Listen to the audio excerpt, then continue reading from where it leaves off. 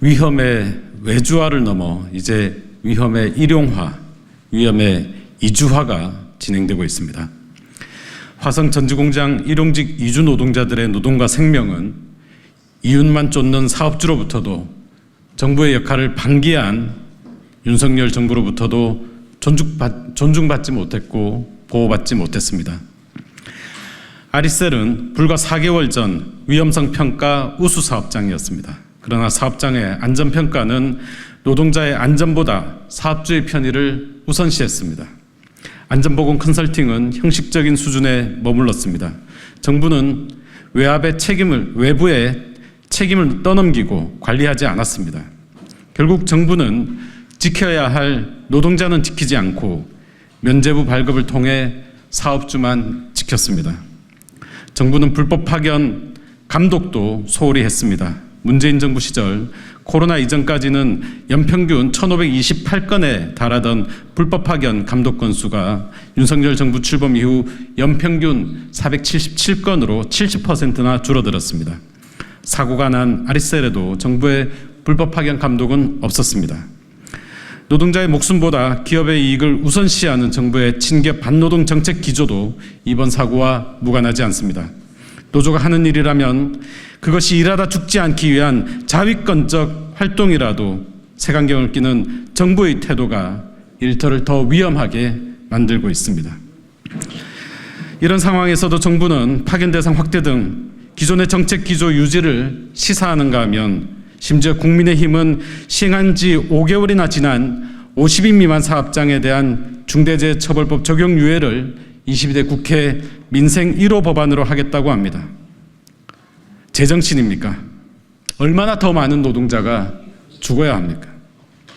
저는 환경노동위원으로서 화성 화재 참사가 우리 사회의 마지막 후진국형 산재사고가 될 수 있도록 근본 참사의 원인을 규명하고 정부의 책임을 묻는 일에 최선을 다하겠습니다. 현장 노동자들의 목소리를 듣고 재발 방지를 위한 입법에 나서겠습니다. 일하다 죽지 않는 대한민국을 만들기 위해 최선을 다하겠습니다.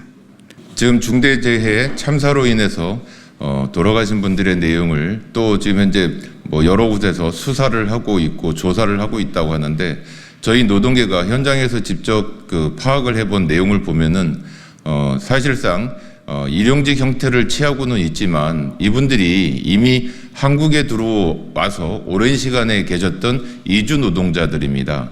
근데 이 이주 노동자들을 정상적인 고용 허가제로 이분들에 대한 고용관계가 형성이 되든가 아니라면은 고용노동부에 취업 허가서를 또 받아서 하는 여러 가지 방법이 있는데도 불구하고 그런 내용들이 전혀 이루어지지가 않았습니다. 또한 이 과정에서 벌어진 내용을 보면은 아리셀이라는 배터리 제조 공장이 있는가 하면은 그 밑에서 인력을 관리해주는 회사들이 존재를 했던 것으로 파악이 됩니다. 근데 그 존재했던 그 회사들이 불법으로 또 무등록이나 요즘은 이제 허가제도 아닌 등록만 해서도 가능한 영역이 있는데 그런 것조차 하지 않고 이걸 실시했다는 커다란 문제점이 발생을 합니다.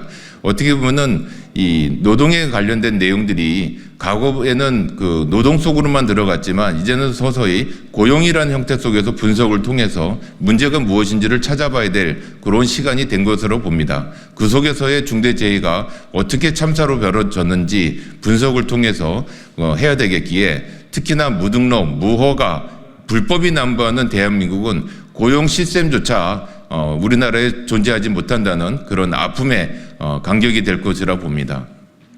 지난 6월 24일 경기도 화성에 소재한 배터리 생산업체 아리셀에서 발생한 리튬 배터리 폭발 사고는 결과적으로 총 23명의 노동자의 목숨을 잃었고 8명의 노동자가 부상을 입은 대형 중대재해 사고였습니다. 이는 단순한 사고를 넘어 우리 사회가 가지고 있는 구조적 문제와 막을 수 있었던 인재였음을 여실히 드러내는 비극적인 사건이었습니다. 이번 사고는 산업안전보건법 제5조의 사업주의 안전조치 의무가 지켜지지 않았고 제38조에서 명시한 노동자의 생명보호를 위한 안전조치조차 철저히 무시되었음을 보여주고 있습니다. 특히 사망자 중에서 상당수가 이주 노동자였는데 고용 허가제에 따른 적법한 고용 관계도 이루어지지 않았습니다. 불법 도급과 파견의 관행이 만연한 그런 상황이었기 때문에 가능한 참사였고, 이는 고용 서비스 시스템에서 무력화가 된 상황임을 말해주고 있는 반증입니다. 이번 사고는 사망자의 신원을 확인하는데 사흘이나 걸릴 정도로 심각했으며, 결국 DNA 검사를 실시하고 나서야 겨우 사망자의 신원을 확인할 수 있었습니다. 이는 사고 수습 조치에 있어서도 신속하고 체계적인 조치가 이루어지지 않았음을 의미합니다. 또한 작금에도 불법 도급과 인력 파견 업체들이 산업안전 체계를 훼손하고 퇴직금과 임금 착지를 여전히 일삼고 있습니다. 예를 들어서 50명을 관리하는 인력관리 업체가 사업자를 변경하면서 퇴직금을 착취하기도 하고 약 2억 원 상당의 금품이 불법적으로 유출되는 사례까지 접수되었습니다. 이는 근로기준법 제36조 퇴직 시의 금품 청산과 근로자 퇴직급여 보장법 제9조를 명백히 위반한 것입니다. 우리나라의 사업자를 지원하고 관리하는 방식은 여러 가지 형태로 이루어져 있습니다.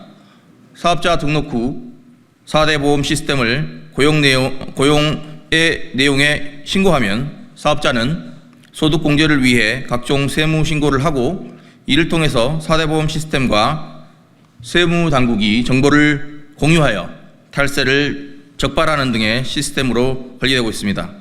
그러나 이러한 과정에서도 관리 사각지대가 발생하고 있으며, 그 사각지대에서 결국은 불법적인 행위가 잉태되는 것입니다. 이러한 상황이기에 중요한 것은 파견 여부를 따지는 것이 아니라 불법적으로 운영되고 있는 문제를 바로잡는 것입니다. 파견 근로자 보호법 등에 관한 법률 파견법 제6조에는 파견사업주에 대한 처벌 조항을 두고 있지만, 사용사업주에 대한 처벌 규정은 고용의제에 불과한 실정입니다. 불법으로 근로자를 사용하는 사용사업주에 대한 처벌을 강화하는 파견법 개정이 시급히 이루어져야 할 것입니다. 아울러 불법을 자행하는 인력관리 사업자에 대한 단속도 즉각적으로 실시되어야 합니다. 또한 정부는 중대재해를 예방하기 위한 노력을 지속적으로 강화해야 합니다. 산업안전보고법의 엄격한 집행뿐만 아니라 사업장 내 안전관리 시스템의 정기적인 점검 및 개선까지 필수적으로 뒤따라야 할 것입니다. 중대재해 발생 시 기업의 책임을 명확히 하고 피해자에 대한 충분한 보상체계를 마련해야 할 것입니다. 그리고 중대재해 발생을 막기 위해 보다 강화된 예방보호체계를 수립하고 책임이 수반되도록 해야 할 것입니다. 구체적으로는 산업안전공단의 안전문화 확산 공모사업을 다시 재개하고 현장의 산업재해 예방 활동을 적극적으로 지원해야 합니다. 예산 삭감으로 인해서 이 사업이 중단된 것은 매우 유감스러운 일이며, 이는 사회적 불감증을 더욱 증폭시킨 결과가 되었습니다. 정부는 이 사업을 포함해서 다양한 예방 프로그램을 확대하고 현장 근로자들의 안전을 최우선적으로 고려해야 합니다. 국민 여러분, 우리는 더 이상 노동자의 생명이 희생되는 것을 용납해서는 안 됩니다. 우리에게는 안전한 일터와 정의로운 사회를 만들기 위한 실질적이고 강력한 대책이 반드시 필요합니다. 여러분, 여러분의 힘과 목소리로 우리 함께 해주십시오. 안전하게 일할 수 있는 사회를 만드는 변화, 우리 함께 만들어 갑시다.